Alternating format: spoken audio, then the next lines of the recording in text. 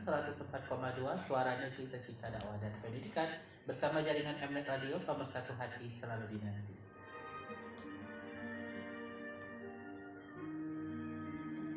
Bismillahirrahmanirrahim. Assalamualaikum warahmatullahi wabarakatuh. Selamat pagi kaum muslimin dan muslimat di mana saja Anda berada. Alhamdulillah di hari Rabu pagi ini 12 Januari 2022 kembali kita bersua di udara dalam ajang tausiah subuh bersama Mari Pro. Makin nyata makin terasa lebih dari jamu tetes biasa.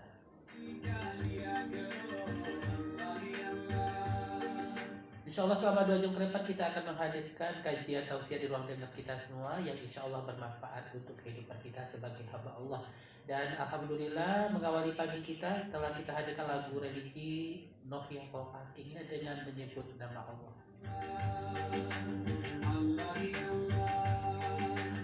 Dan Alhamdulillah di studio kita telah hadir Ustadz Uge yang tentunya tidak asing lagi, langsung kita sapa. Assalamualaikum Ustadz. Waalaikumsalam warahmatullahi wabarakatuh. Sehat Ustaz? Alhamdulillah sehat. Alhamdulillah. Silakan disapa sama kita Ustaz. Ya, assalamualaikum semuanya sahabat dimanapun Anda berada. Semoga pada pagi ini dalam keadaan sehat. Amin ya rabbal alamin. Apa tema kita pagi ini? Mengemis dalam pandangan Islam. Mengemis cinta termasuk Ustaz? Mungkin bisa aja. Ya sahabat saya Mari Pro, ini dia kajian Ustaz Uge mengenai mengemis dalam pandangan Islam. Silakan Ustaz. Bismillah. Assalamualaikum warahmatullahi wabarakatuh. Alhamdulillah. Alhamdulillahi rabbil alamin.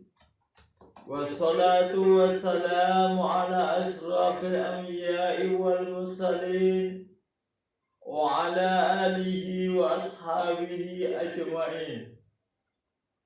Ashhadu an la ilaha illallah wa ashhadu anna Muhammadan abduhu wa rasuluh sallallahu alaihi wasallam la nabiyya ba'dah. Allahumma fasalli wa sallim wa barik ala Muhammad wa ala alihi wa ashabihi ajma'in. Amma ba'du fa ya ibadallah, usikum wa iyaya bitaqwallah faqad fadal muttaqun. Ittaqullah haqqa tuqatih wa la tamutunna illa wa antum muslimun. Kaum muslimin, sahabatku dimanapun Anda berada, pertama sekali kita awali segalanya dengan memuji Allah Subhanahu wa ta'ala, menyebut nama Allah yang Maha Pengasih dan Maha Penyayang. Atas segala izin Allah, berkah, nikmat dan rahmat Allah, kita mampu sampai saat ini melanjutkan kehidupan kita. Maka di ketika kehidupan kita awali dengan menyebut nama Allah, maka insya Allah segala sesuatu yang kita lakukan dalam kehidupan kita menjadikan semuanya berkah dan pahala di sisi Allah Subhanahu wa ta'ala. Selagi kita mau dan mampu serta berkeinginan dengan kekuatan yang penuh melakukan segala perintah Allah dan menghentikan segala apa yang tidak dibolehkan oleh Allah Subhanahu wa ta'ala, maka insya Allah kita termasuk hamba Allah yang pandai bersyukur kepada Allah. Wujud syukur kita sebagai orang Islam, sebagai orang yang beriman kepada Allah Subhanahu wa ta'ala, adalah melakukan segala perintah Allah dan menghentikan segala apa yang tidak dibolehkan Allah Subhanahu wa ta'ala. Maka banyak mungkin kita yang terlupakan daripada mensyukuri nikmat Allah. Bahkan Allah tegas dan jelas menyatakan di dalam ayatnya, qalilan ma tazkurun, akan tetapi amat sangat sedikit kalian yang pandai bersyukur kepadaku, kata Allah. Banyak manusia menghabiskan nikmat Allah saja, memakai nikmat Allah, mempergunakan nikmat Allah, tapi syukurnya kadang-kadang lupa kepada Allah. Kalau syukur kita lupa kepada Allah, maka secara otomatis kita tidak lagi mempergunakan nikmat Allah sesuai dengan kehendak Allah. Kadang-kadang nikmat Allah salah gunakan oleh kita. Kita gunakan hanya untuk kepentingan duniawi tanpa memikirkan untuk kepentingan akhirat kelak. Itulah manusia terlena dengan kehidupan dunia yang menjerumuskannya kepada nerakanya Allah Subhanahu wa Ta'ala. Berfoya-foya atas nikmat Allah, bermegah-megahan terhadap nikmat Allah, maka itu akan mendapatkan suatu kelalaian kita kepada Allah, melalaikan ingatan kita kepada Allah, dan melalaikan suatu harapan dan impian yang terindah yang disediakan Allah di akhirat kelak untuk kita. Makanya Allah berpesan betul kepada kita, alhaakumut takasur hatta zurtumul maqabir. Bermegah-megahan telah melalaikanmu, kata Allah, hingga atau sampai kamu masuk ke liang kubur. Inilah yang harus kita wanti-wanti dalam kehidupan kita. Jangan sampai kemegahan dan kemewahan, kekayaan harta benda duniawi kita yang diberikan Allah kepada kita melalaikan kita kepada yang menciptakan dan yang memberikan semua itu kepada kita.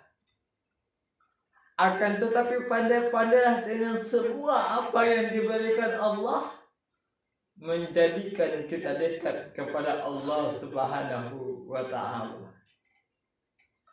Kaum muslimin, sahabatku dimanapun Anda berada, salawat dan salam dengan ucapan Allahumma sholli ala Muhammad kita hadiahkan untuk Rasulullah Sallallahu Alaihi Wasallam,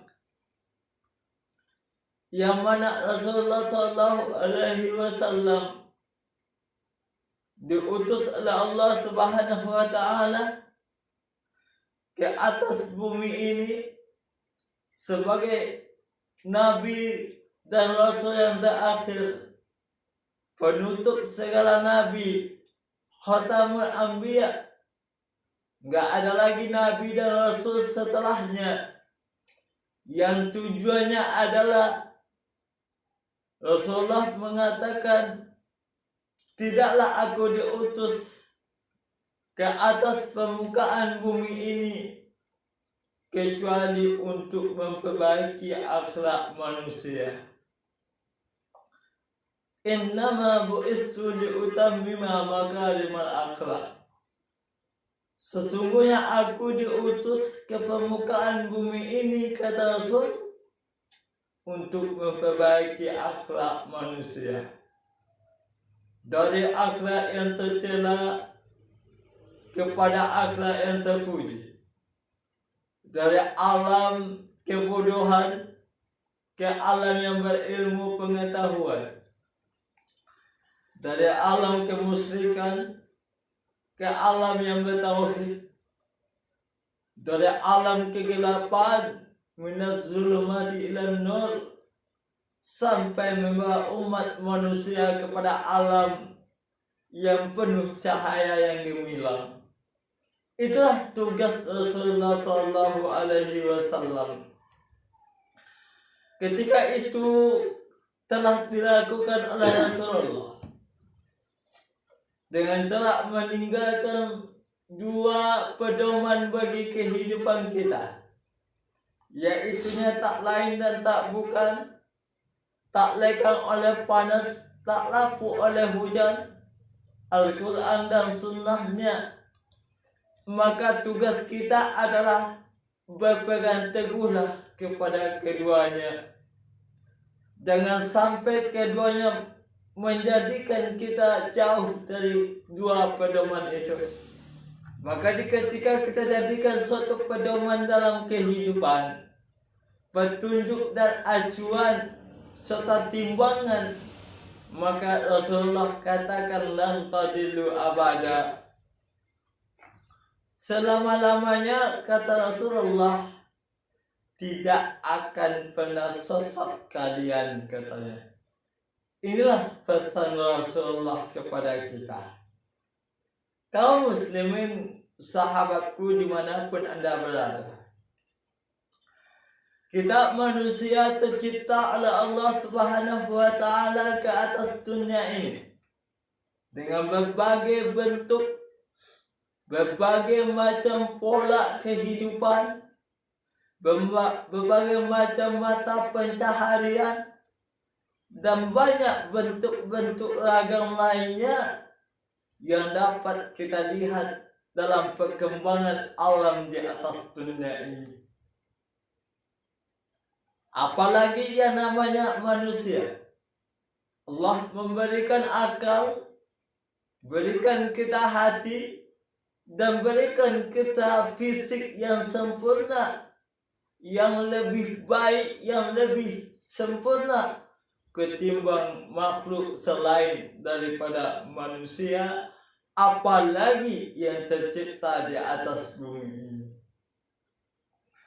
Kalau kita lihat daripada postur tubuh kita, bagaimana postur tubuhnya manusia, bagaimana pula bentuknya hewan, dan bagaimana pula bentuknya tumbuh-tumbuhan, jelas amat sangat sempurna makhluk Allah yang dinamakan dengan manusia. Maka dengan kesempurnaan manusia itulah Allah menjadikan manusia itu sebagai khalifahnya di atas bumi ini. Inna ja'ala fil ardi khalifah. Sesungguhnya aku menjadikan manusia itu di atas bumi ini, kata Allah, sebagai khalifahnya, pemimpinnya daripada kehidupan dunia. Maka oleh sebab itu, sebagai manusia harus tahu kita bagaimana Allah menciptakan dan apa tujuan Allah menciptakan kita. Allah tegaskan salah satunya di dalam ayat Allah Subhanahu wa Ta'ala, "Wa ma khalaqatul jinna wal ins illa liya'budun." Dan tidaklah aku menciptakan manusia dan jin, kata Allah, melainkan untuk mengabdi kepadaku, kata Allah. Itulah tugas utama daripada penciptaan manusia yang tercipta di dalam dan di atas bumi ini. Kaum muslimin, sahabatku dimanapun Anda berada, berbicara masalah kehidupan manusia, tentulah banyak yang terjadi macam dan pola kehidupan. Apalagi dari segi ekonomi, dari segi kekayaan, dari segi gengsinya manusia, dari segi jabatan, dari segi harta kekayaan, banyak terjadi mungkin ketimpangan yang terlihat di dalam kehidupan manusia. Banyak mungkin manusia itu kita lihat hartanya banyak, mobilnya banyak, rumahnya mewah, uangnya berlipat, sehingga kita lihat secara kasat mata manusia yang seperti itu ternyata manusia kaya, Banyak pula mungkin yang kita lihat. Sebagian daripada manusia itu mungkin dari segi pakaiannya, bahkan ada yang sobek-sobek. Mungkin daripada segi tempat tinggalnya, ada yang di bawah kolong jembatan mungkin, atau tidurannya di depan toko yang telah tutup di malam harinya, ataupun daripada segi pencahariannya, banyak mungkin yang meminta-minta dan yang mengemis kepada manusia lain. Al-ikhwah seperti itulah yang tergambar dalam kehidupan manusia yang berada di permukaan bumi. Maka oleh sebab itu, berbicara masalah pengemis yang mungkin tidak sedikit kita lihat dalam kehidupan kita. Apalagi kita yang berada di tengah-tengah kehidupan perkotaan, yang tinggalnya di kota-kota besar, yang di kota-kota keramaian, tentu tidak asing lagi bagi kita bagaimana banyaknya mungkin seseorang atau manusia yang mempunyai pekerjaan atau rutinitas mereka sebagai pengemis. Berbicara masalah pengemis, Islam pun memandang bagaimana sebetulnya mengemis dalam pandangan Islam. Itulah Islam. Apapun segala bentuk sendi kehidupan, Islam telah mengatur semuanya. Islam telah memberikan suatu petunjuk, suatu rambu-rambu bagaimana suatu persoalan diselesaikan secara Islam. Apapun persoalan sendi kehidupan, Islam memandang semuanya. Dan Islam pun mengatur semuanya. Gak ada satu kehidupan manusia itu yang terlepas daripada aturan agama Islam. Makanya dalam kehidupan kita sebagai seorang Muslim, kalau betul-betul kita ingin menjadi seorang Muslim yang sempurna, maka Allah pesan kepada kita khususnya bagi orang yang telah beriman, ya ayyuhallazina amanu udkhulu fis-silmi kaffah. Wahai orang yang beriman, kata Allah, hendaklah kalian masuk ke dalam agama Islam itu secara sempurna, secara totalitas dan menyeluruh. Itulah pesan Allah kepada kita. Pun terhadap persoalan ekonomi. Dalam persoalan ekonomi, manusia dihadapkan dengan berbagai persoalan yang menantang dalam kehidupan mereka. Makanya tema yang kita angkat pada saat ini, pada kesempatan ini adalah mengemis dalam pandangan Islam. Kaum muslimin, sahabatku dimanapun Anda berada, dalam kehidupan manusia, kadang-kadang kita dihadapkan kepada banyak persoalan, banyak permasalahan, terutama masalah ekonomi. Apalagi di negara kita Indonesia, masalah ekonomi selalu banyak suatu hal, suatu persoalan yang mesti kita hadapi dalam kehidupan kita. Dari himpitan itu banyak manusia yang mengambil jalan pintas yang dinamakan dengan mengemis. Inilah yang mesti dan yang kita angkat suatu persoalan dalam tausiah kali ini. Kaum muslimin, sahabatku dimanapun Anda berada, berbicara masalah mengemis, tentu mungkin yang terbayang bagi kita seseorang yang mungkin duduk di tepi jalan atau di ketika lampu merah lalu lintas, maka di ketika itu kendaraan itu berhenti mungkin di depan lampu merah tadi, maka di ketika itu banyak pengemis yang datang dan mendekati mobil yang berhenti tadi atau kepada motor yang berhenti tadi. Apa yang mereka lakukan? Meminta-minta uang, meminta-minta suatu hal yang bisa memberikan mungkin untuk kepentingan kehidupan mereka. Mengemis, ada yang di tengah jalan, ada yang di pasaran, bahkan ada pula yang datang ke rumah-rumah. Artinya apa? Mereka meminta-minta apapun tujuan mereka, yang intinya meminta-minta. Itulah yang dinamakan dengan mengemis. Lalu bagaimana Islam memandang mengemis itu? Dalam sebuah sunnah, Rasulullah SAW mengatakan, yang diriwayatkan oleh Muslim, Abu Dawud, Ahmad, dan Nasai. Rasulullah SAW mengatakan, wahai Qabisah, sesungguhnya meminta-minta itu tidaklah halal kecuali salah satu dari 3 orang berikut, kata Rasulullah.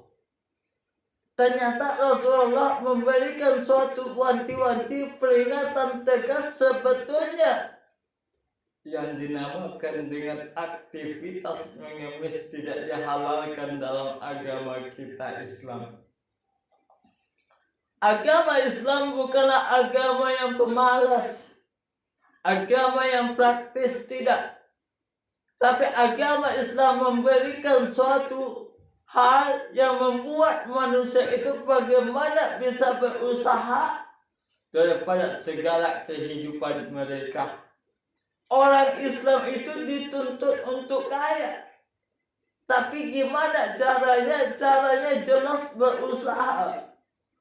Berusaha sekuat tenaga dengan cara melakukan sesuatu yang halal, yang dibolehkan menurut agama. Apapun pekerjaannya, yang penting halal lagi baik. Lantas banyak manusia, mungkin apalagi termasuk juga kepada golongan agama atau orang yang beragama Islam tadi, yang mempergunakan mengemis dalam kehidupan mereka. Lantas sebetulnya mengemis itu dilarang keras oleh Rasulullah kecuali 3 hal. Siapa itu? Yang pertama, kata Rasulullah, seorang yang menanggung hutang orang lain, ia boleh meminta-minta sampai dia bisa melunasinya.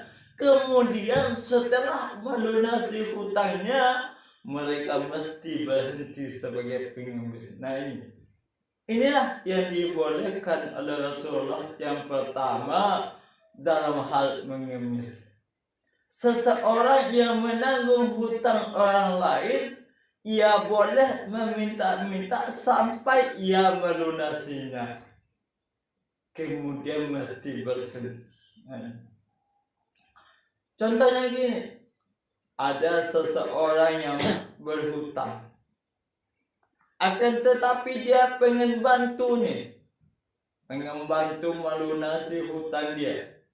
Lantas karena tidak ada yang akan diberikannya untuk membantunya, pekerjaan juga nggak ada, maka Rasulullah membolehkan mengemis untuk melunasi hutang saudaranya dengan catatan setelah hutang itu lunas, mereka mesti berhenti sebagai pengemis.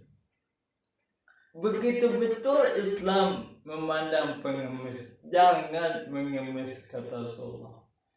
Bahkan Rasulullah mengatakan, tangan di atas lebih baik daripada tangan di bawah. Apa maknanya? Memberi itu lebih baik daripada meminta. Jadi Islam itu harus memberikan suatu statement kepada umatnya, mesti kita kaya sebetulnya. dalam agama Islam, khususnya rukun Islam itu, apapun yang berada dalam rukun Islam itu semuanya butuh biaya, butuh kekayaan, butuh modal. Makanya Islam tuh mesti kaya. Apa contohnya? Rukun Islam itu yang kedua, sholat, butuh biaya. Gimana mau sholat kalau sarungnya nggak ada, mukenahnya bagi wanita nggak ada, sejadahnya juga nggak ada, tempatnya juga nggak ada. Gimana mau sholat? Mesti punya modal. Itulah Islam mengharuskan umatnya mesti kaya dalam kehidupan. Lantas mungkin berikutnya, berpuasa di bulan Ramadan butuh modal, butuh. Gimana nanti makan sahurnya kalau nggak ada modal?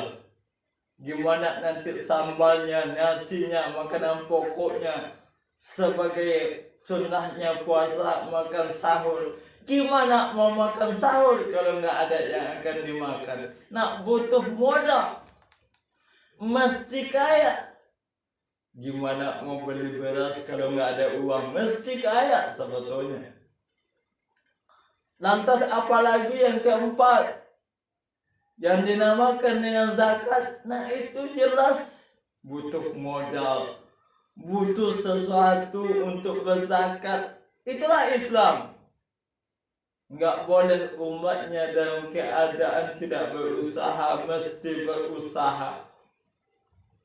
Bahkan Allah tegas dan jelas, apabila kamu telah menunaikan ibadah sholat, fantashiru fil ardh, bertebaranlah kalian di atas, di permukaan bumi ini, kata Allah.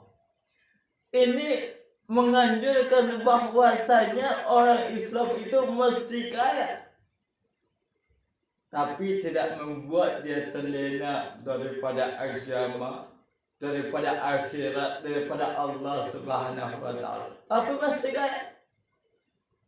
Gimana kita mau membantu seorang yang miskin kalau nggak ada apapun? Gimana kita mau mendirikan tempat ibadah kalau uang nggak punya? Mesti kaya. Apalagi rukun Islam yang kelima, mesti kaya. Gimana mau naik haji kalau nggak ada uang? Walaupun dalam konteksnya bagi siapa yang sanggup, tapi secara tidak langsung ternyata Islam menyuruh umatnya untuk berusaha dan bekerja keras serta kaya dalam kehidupan mereka. Kaum muslimin sahabatku dimanapun Anda berada, jadi itu yang pertama yang dibolehkan untuk mengemis. Seseorang yang menanggung hutang orang lain, ia boleh meminta-minta sampai ia melunasinya, kemudian berhenti daripada mengemis setelah hutangnya lunas. Kaum muslimin sahabatku dimanapun Anda berada, yang kedua yang diperbolehkan oleh Rasulullah SAW mengemis adalah seseorang yang ditimpa musibah, yang musibah itu menghabiskan semua hartanya, dan ia diperbolehkan meminta-minta sampai ia mendapatkan sandaran hidup. Nah, contohnya apa? Mungkin seseorang itu ditimpa suatu musibah kebakaran, rumahnya ludes, harta bendanya nggak ada lagi, semuanya habis dibakar api.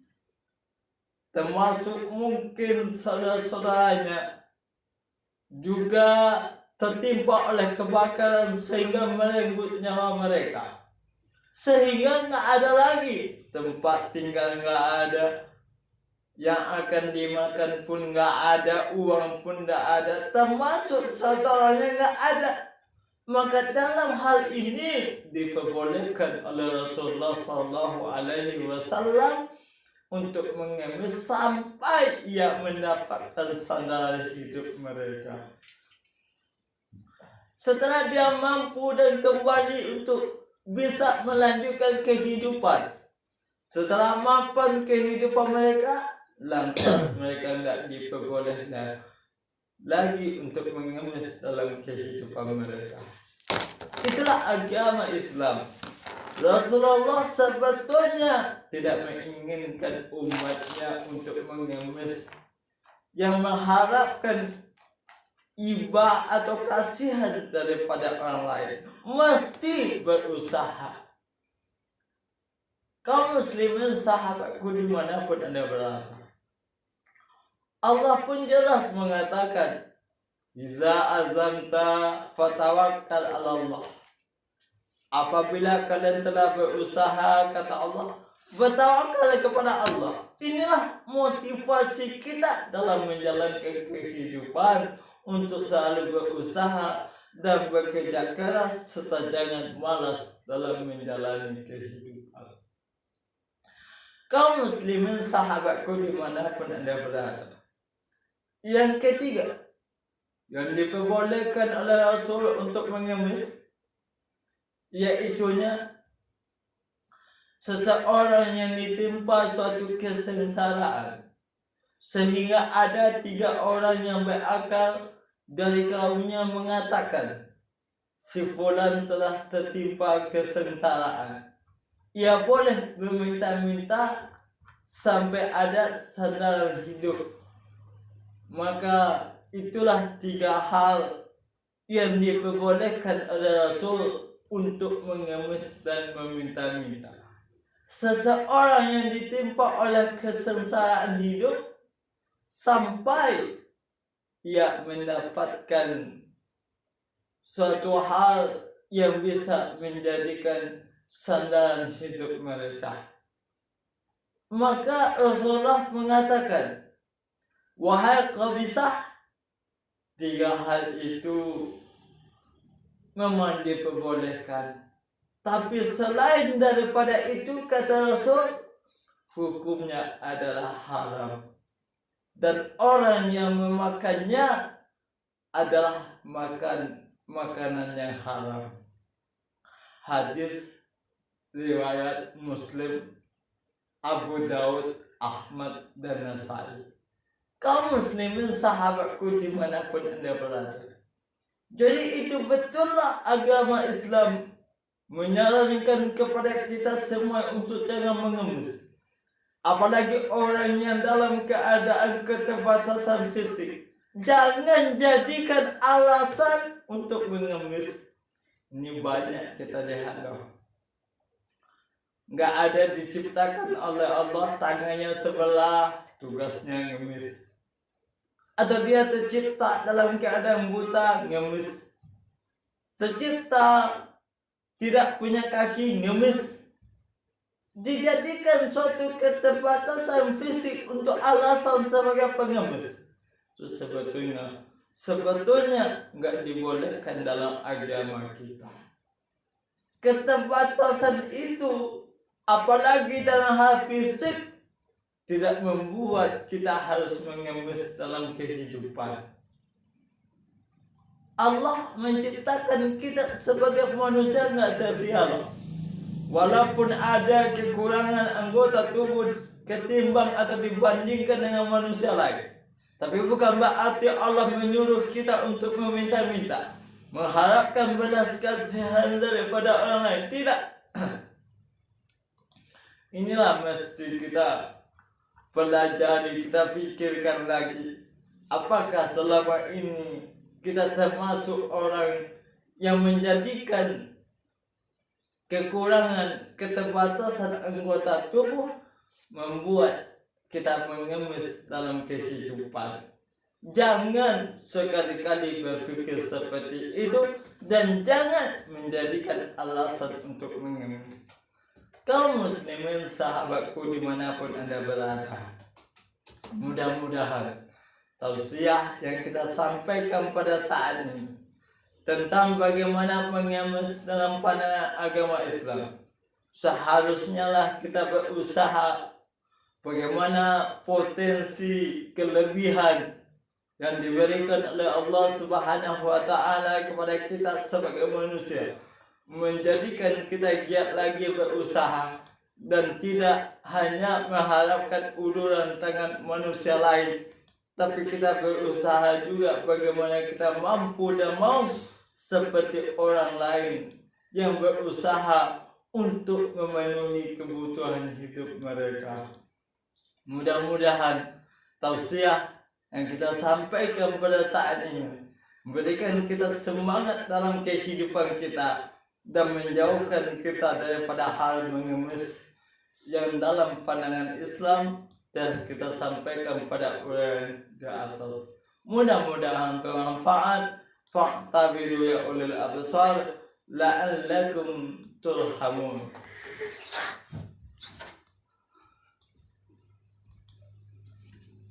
Alhamdulillahirobbilalamin.